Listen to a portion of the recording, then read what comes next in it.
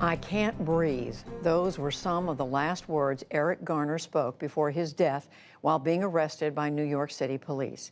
They've sparked national outrage and helped to fuel the Black Lives Matter movement. The police officer at the center of the case is now facing an administrative hearing. And as Amna Nawaz reports, the outcome is not expected to call for significant penalties. Judy, that's right. Well, in July of 2014, police detained Eric Garner on suspicion of selling untaxed single cigarettes on the street. During that encounter, Officer Daniel Pantaleo is accused of using an unauthorized chokehold. The moment was captured on cell phone video. Take a look. Don't touch me, please. Came over. Not touch me.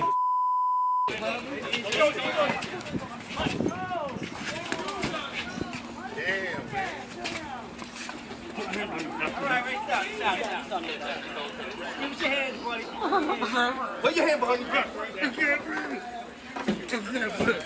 I can't breathe. Eric Garner, who had asthma, died as a result of that encounter. In a column earlier this week, Jim Dwyer of the New York Times reports many in the neighborhood where Garner died believe his death won't lead to real change or lasting consequences with the police.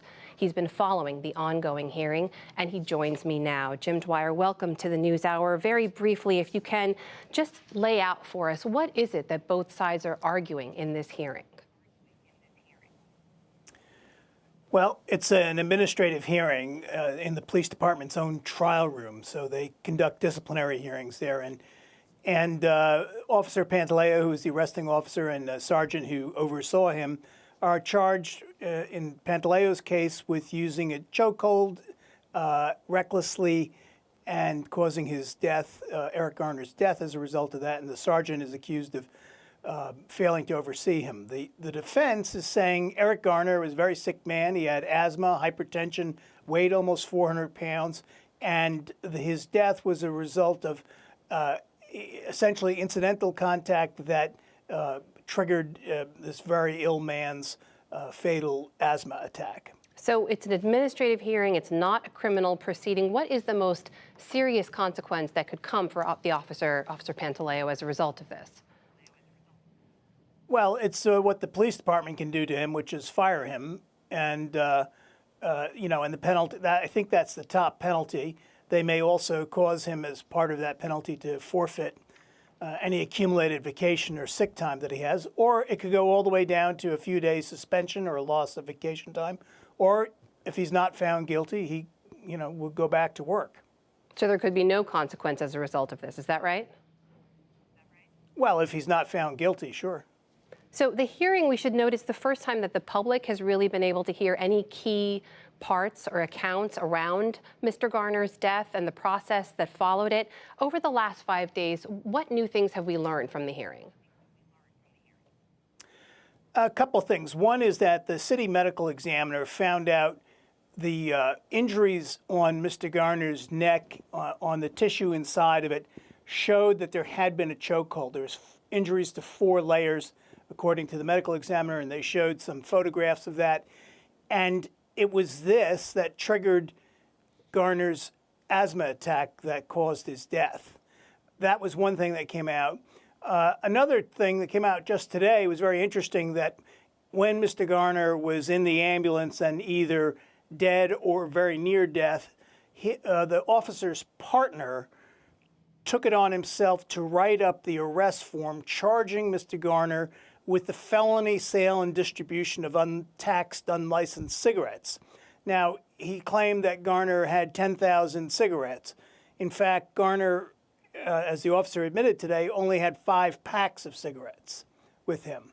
So there was an effort, apparently from this testimony, to dress up the story to make Garner seem to have been doing something more serious than selling a few individual cigarettes. There was also a text message exchange that was revealed in which one of the lower-ranking officers was communicating with a higher supervisor, and that supervisor wrote back to him to say, not a big deal, when referring to Eric Garner potentially dying as a result of that encounter. How did that go over in the hearing?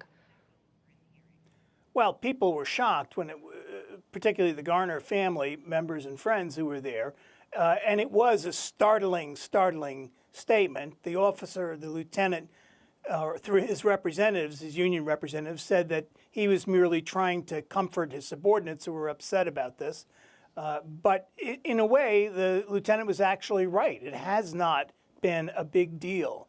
We're 5 years on. There's been no criminal charges brought against anyone involved in this terrible event.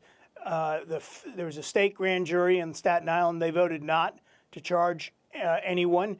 The federal grand jury sitting in Brooklyn with civil rights prosecutors from Washington involved, they have not yet released anything, but at this point, it's quite unlikely as the statute of limitations runs out on the 5th anniversary of the crime, of the death, July 17th of this summer.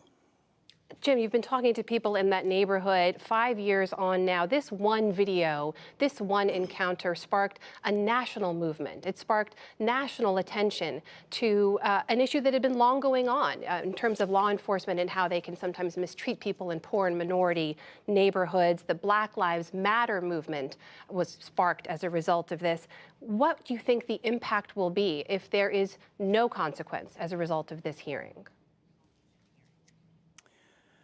I think people were already very upset when it came out that the local grand jury, the state grand jury, wasn't going to charge him. And actually, there were some significant protests in the streets of New York when that happened about 2 years ago or so.